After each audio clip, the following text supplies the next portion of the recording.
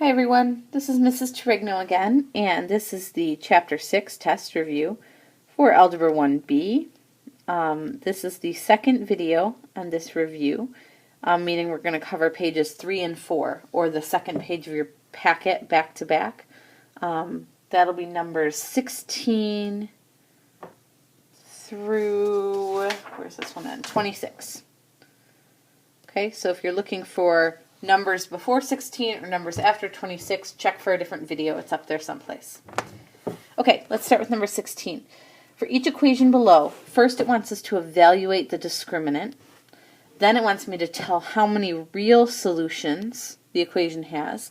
And if it has real solutions or real zeros, tell whether they are rational or irrational. So we're sort of tackling three different things here. Okay, as a reminder, the discriminant is part of the quadratic formula. It's just the piece underneath the square root symbol. Okay, so when it's asking me for the discriminant, that's what it's asking me for. Okay, so let's take a look at this first one. The first one is not written in standard form, and it has to be before we start. Okay, so I'm going to rewrite this real quick with the x squared first.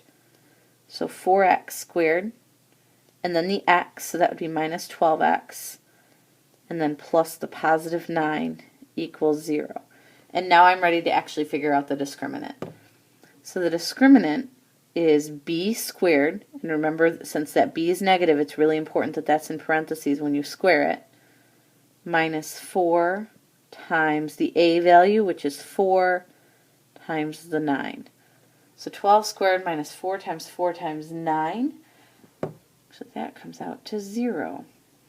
And what that means, I want you to think back to, if you watched the previous video, it was question number 14, where when you did the square root piece, it came out to be 0. That ended up making us have one solution, because when you take that square root of 0, you only get one answer. It's the only number that only has one square root. Okay? So a discriminant of 0 means that I have, write this differently here, discriminant of 0 means I have one solution, or one root.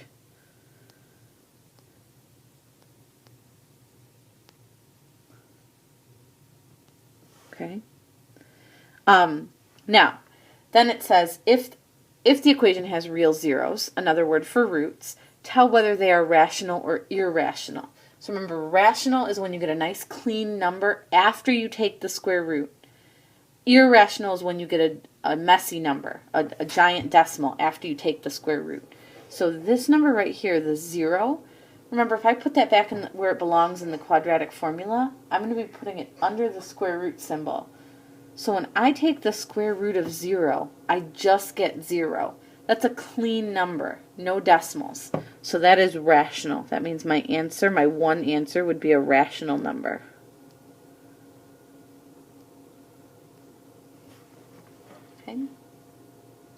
Okay, let's take a look at the next one. So for the next one, I do need to get that in standard form first. So again, it doesn't matter to me whether you move it to the left or to the right. I'm going to go ahead and just move the x squared over. So I'm going to subtract x squared. I'm going to add the 5 and add the 5 to the 6 here. Then I'm going to rewrite this all so it's in the right order. So these are all canceling. On this side on the left, I have a negative x. Oops. Negative x squared. Man, I am making a mess of this one. Oh, sorry guys, it's not letting me erase, so I'm going to have to deal with some scribbles. Let's start with that x squared again. Negative x squared. Okay. Then I'm going to put the x, so plus the positive x, and then the 6 plus the 5 makes 11. So this is what my equation should actually look like. Okay, then I'm going to find the discriminant. So the discriminant is b squared minus 4ac. So in this one, my a value is negative 1, my b value is positive 1, and my c value is 11.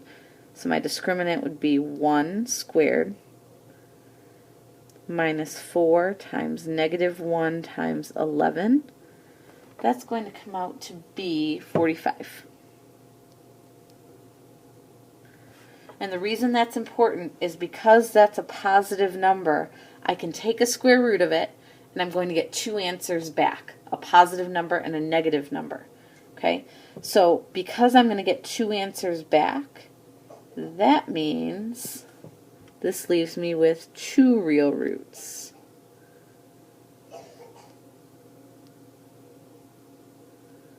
And again, that's because the number that I got for the discriminant was positive. Okay. Then we need to talk rational or irrational.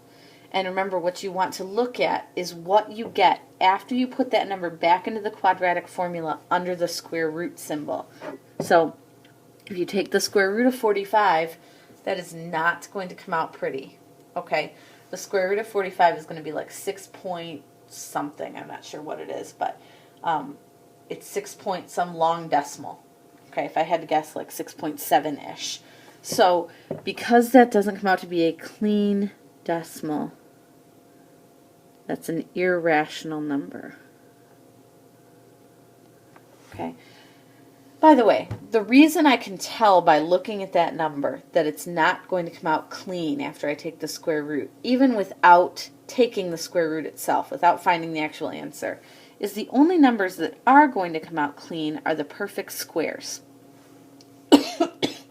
And the perfect squares are the things you get when you square other numbers. So like 1 squared is 1, 2 squared is 4, 3 squared is 9, 4 squared is 16, and so on. Okay, so these numbers are the numbers that have nice, clean, pretty square roots.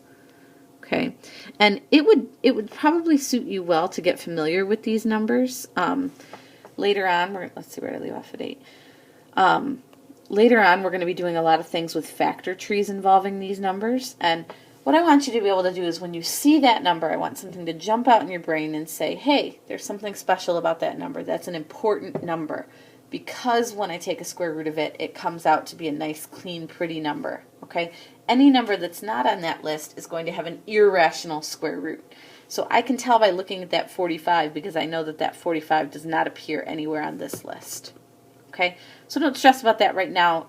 You absolutely could just type in the square root of 45, but I'm just trying to show you how I can sort of reason these out without actually having to do all the work. Okay.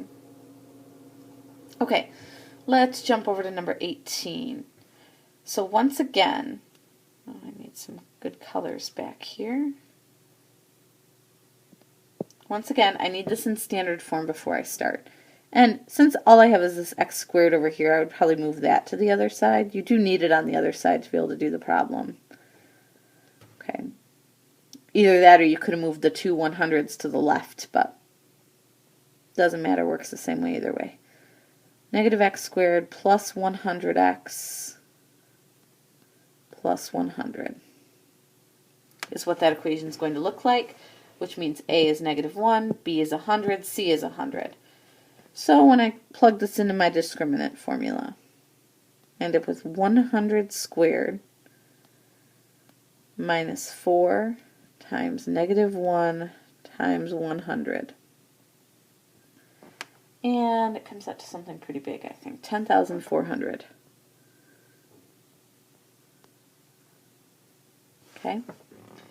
So again, because this number is positive, that tells me that I have two real roots.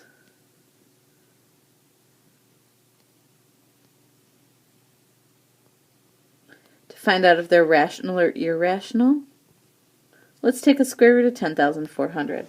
And honestly, I don't know if that's on my list or not. Okay, I don't have it memorized quite that high up. When I do type in the square root of 10,400, I get 101.980 something something something. Okay, it is a decimal. So because it's not a clean number, that would be irrational.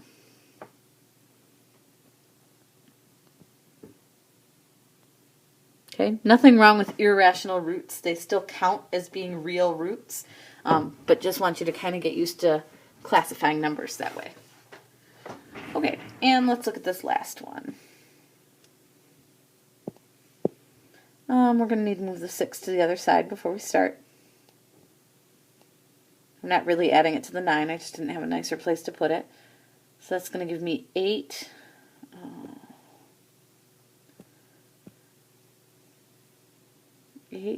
squared plus 9x plus 6 equals 0. So for my discriminant equals 9 squared minus 4 times 8 times 6. And that comes out to be negative 111. And again, think about where that number belongs in your quadratic formula. In the quadratic formula, that negative 111 is going to end up underneath the square root symbol. And when you take the square root of a negative, you get no solution. So your answer here, what it's asking you for, is how many real roots would you have, or how many real solutions? You would have none, because you can't square root a negative. And if you don't have any, you can't tell whether they're rational or irrational. Okay. So there's that top section. Gosh, that looks awfully busy. But it's basically just finding the discriminant, classifying it as 2, 1, or 0. Those are your only choices for your number of roots. And then rational or irrational based on how that square root comes out. Okay, let's look at the bottom here. Oops. Graph translation theorem. Okay, and a lot of these are going to be using vertex form, so I'm just going to jot vertex form up at the top here. Again, so that you can remember what it looks like. Y minus k equals a times x minus h squared. Okay? So, suppose the graph of y equals negative 2x squared is translated 7 to the left and 4 up. So, when it tells you what the translation is, basically what that's doing is giving you your h and your k. And h controls your left and right, so that would be this one, the 7 to the left. And k controls your up and down, because h goes with x in this formula, and the x-axis goes left and right. And k goes with y, and the y-axis goes up and down. So really what they're telling me here, if they tell me that I'm going 7 to the left on a coordinate plane, that's going to be negative 7. And for k, if I'm going up, that's going to be a positive 4. And the only other number I need is a for vertex form, which comes from the original parabola, which is negative 2 here. So I would say y minus k, which is 4, equals negative 2, and then parentheses x minus negative 7 is really going to be x plus 7 squared. That's my equation for the image. Okay, now I get a lot of people right here wanting to put negative 2x squared in front of the parentheses because they want to put this whole thing in there. All you are taking from up here is this number, because the x squared is really in there for you. It's sort of hidden, but it's right here. The x squared is already there. You're just putting that number in its spot. Okay? All right, then it asks, am I opening up or down? That is controlled by the a value. The other thing you could do, of course, is just put this in your graphing calculator and take a look at it and tell whether it opens up or down. But mathematically, we look at the a value. So a is negative 2. And because that is negative,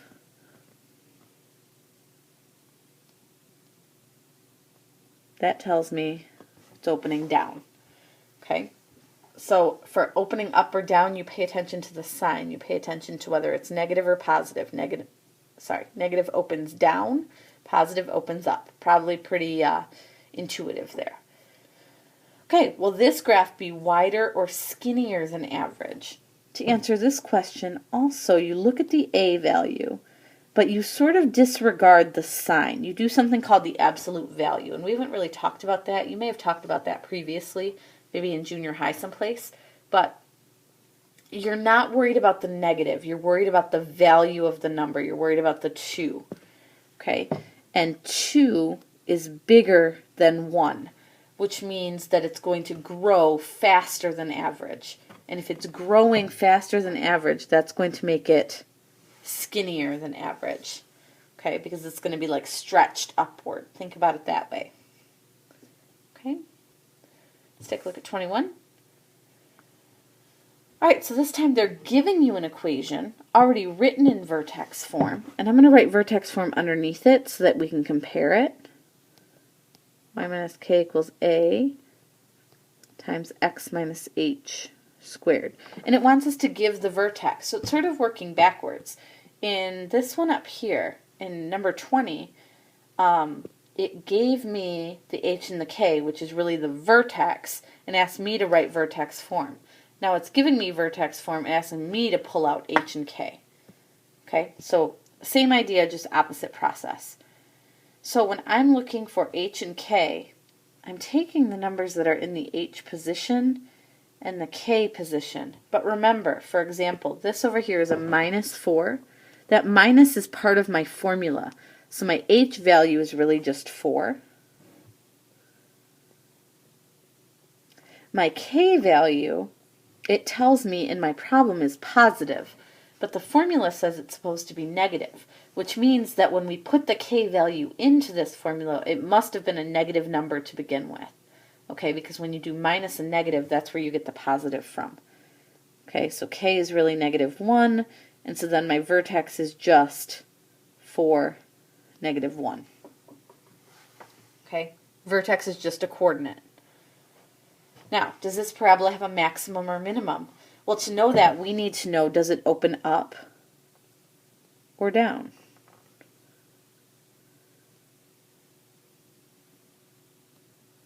Okay, and again, we're going to look at our a value. Our a is -2/3, and remember what controls the up and the down is the sign. So the negative tells me that this one opens down. If it opens down, that means it looks like this. So does that have a highest point or a lowest point? Hopefully you see that it has a highest point. It has a maximum. Okay, it has a maximum because it opens down. And if it opens down, it has a high point and then keeps going on forever in the down direction. Okay, let me shrink this up and let you take a look at the whole page in case there's anything you missed. If there are things you have questions on, maybe go back and re-watch that particular part. If you still have questions, please feel free to email me. I'll be checking email all day tomorrow and all afternoon as well.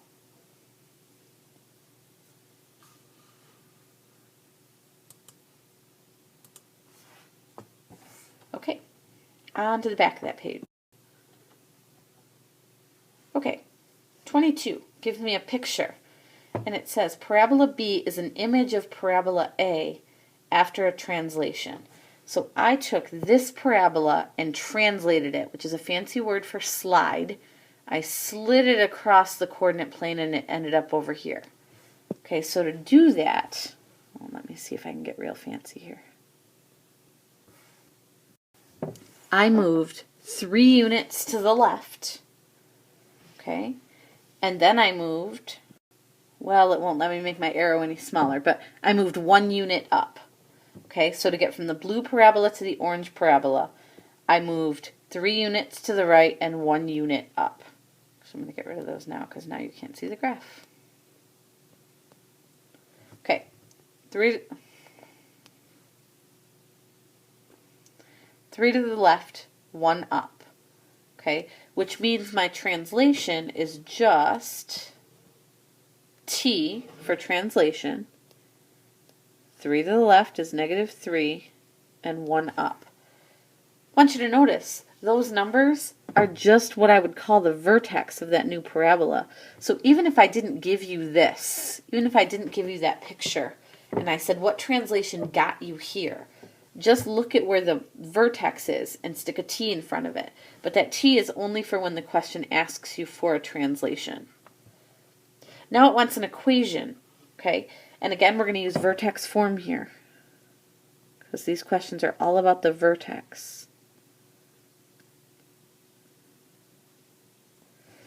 And really, up above where you did the translation and you found the -3 and the 1, that was your H and your K, okay? And the A value, by the way, comes from that original equation. I kind of scribbled over it here, but my original equation is y equals -10x squared, which means that -10 is my A value.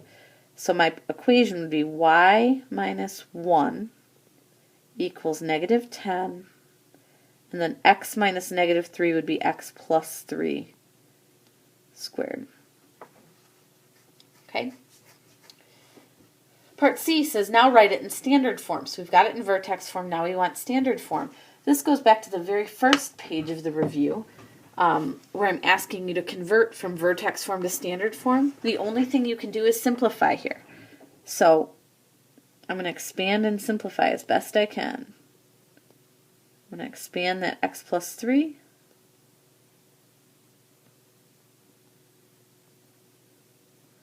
I'm going to FOIL. Again, I'm going to take some shortcuts with my FOIL. If you have questions, please track me down and ask. But 3x and 3x is going to give me 6x in the middle. I'm going to distribute that negative 10.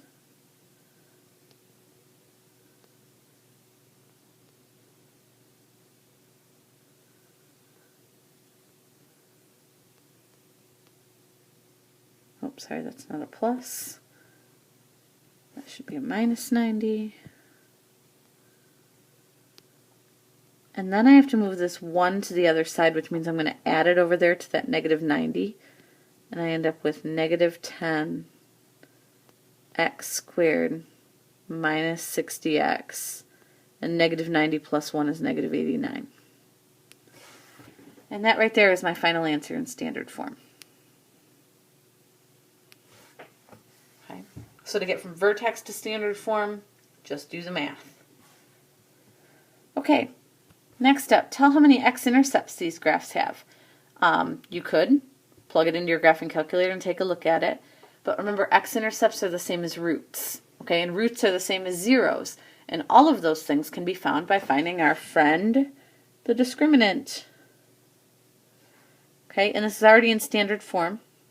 So b squared would be 2 squared minus 4 times a times c.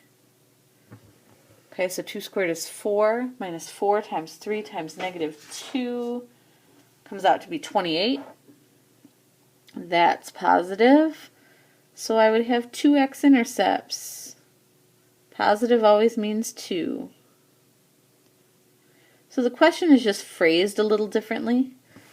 Okay. Previously it was asking about solutions to the equation, meaning I want to know what values of x would make the equation true. This is talking about graphically, if I put it on a graph, where would it cross the x-axis? But the process is exactly the same. Okay, so same thing for the next one. Let's do the discriminant. D equals b, which is 2 squared, minus 4 times 1 times 3. That's going to be 4 minus 12, so that should be negative 8. It's negative, can't take a square root, so no x-intercepts, or 0. This would be a floating parabola. Okay, 25. Our friend, the picture frame problem. I'll blow this up some. Okay, a 20 by 36 picture is to be surrounded by a frame W inches wide. Let's sketch a picture. Okay, I've got, I'm going to slide over and give myself a little more space here. I've got the numbers I need. So, I've got a picture that's 20.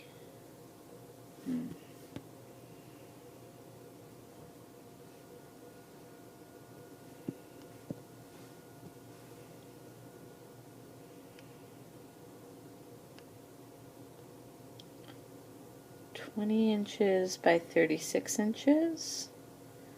I've got a frame going around the outside. Jeez, sorry guys. It's late.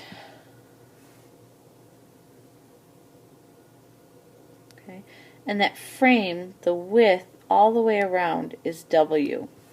And I want to know what's the area of this entire thing, which means I need to know this entire side length and I need to know this entire side length. Okay? Now to get that, I'm going to take this 36 right here and add a W over here and a W over here. So I've got W, I've got 36, and I've got another W. So when I want that entire distance, it's like W plus 36 plus W, which I could write as 36 plus 2W. And I can do the exact same thing up the side. This would be 20, and this would be W and W. So this would be 20 plus 2W. Now, lots of you have tried to memorize this. Lots of you try to remember like that this is always 36 plus 2W and 20 plus 2W. And that's fine, except sometimes you mess it up. Sometimes you think that it's supposed to be W squared. Sometimes you forget to add and you multiply instead. If you just reason it out, if you just take the time to draw the picture, you'll see that it wouldn't make sense to multiply those things together. You're adding them to get that entire distance. But now, when it asks you to come back and find the area of that whole thing, remember area of a rectangle is length times width. Okay, so for area, I would be doing the length, which is 36 plus 2W, times the width, which is 20 plus 2W. And to multiply those two things together, I'm going to have to go back to my old friend FOIL. Okay, 36 times 20 is 720.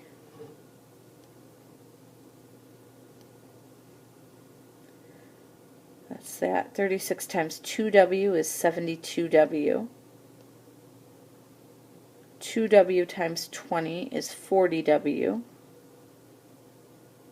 And 2W times 2W is 4W squared. Let's make our answer a little prettier. Standard form would start with 4W squared. I'm going to combine 72W and 40W for 112W.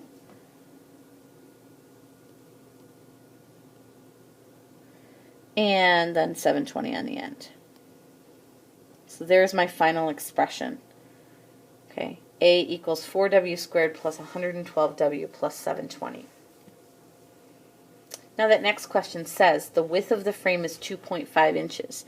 So basically what they've given you there is W. And you just have to plug it in. You already found the expression for it. So I would do A equals 4 times 2.5 squared plus 112 times 2.5 plus 720. Okay. And I believe my answer comes out to be, yep, 1,025 square inches. Okay.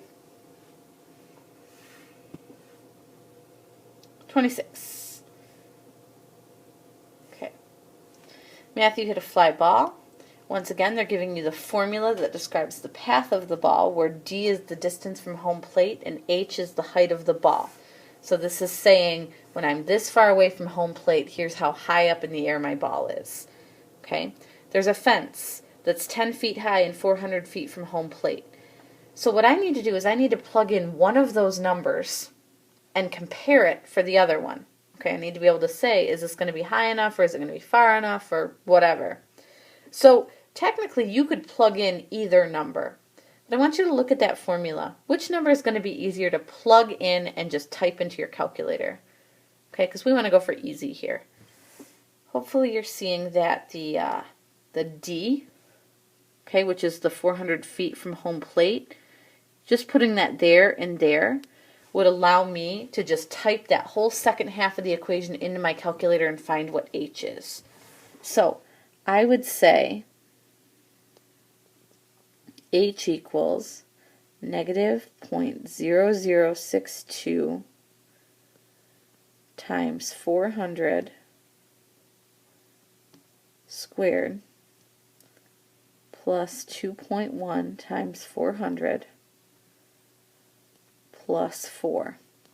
And when you do that, you get an answer that you're going to think doesn't make sense.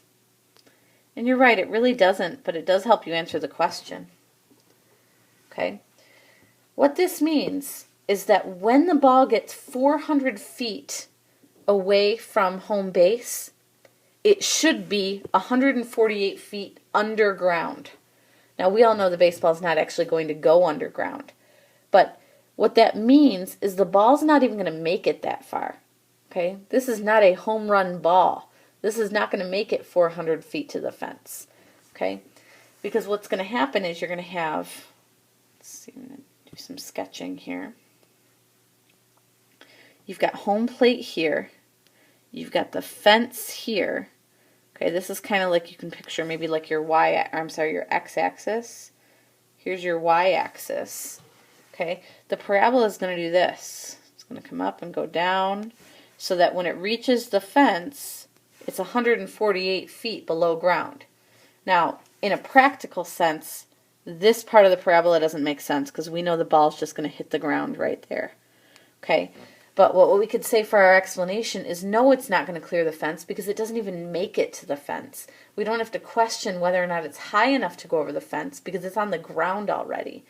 Okay, it's not actually going to go negative 148 feet below ground, all right, but it is going to be on the ground at that point. Okay, so I would write something like along those lines for your explanation. Oh, that didn't go away. Okay, how far from home plate will the ball be when it reaches its maximum height? Okay, remember, if I'm looking for a maximum height, what I'm really looking for is the vertex of this parabola. Okay, and you could type that into your calculator and use the trick I showed you about calculating the maximum. I'm trying to show you how to do this entire test review without using a graph on your calculator, and then hopefully, no promises here, but I'm going to do my best to put together like a calculator tutorial where if you did want to learn how to do these things on your calculator, you could. Okay, but if I'm finding the vertex, I know how to find the vertex. I can do h equals negative b over 2a. So in this problem, that would be negative 2.1 divided by 2 times negative 0.0062. Kind of weird numbers, but it works. Okay, and that comes out to be 169.35.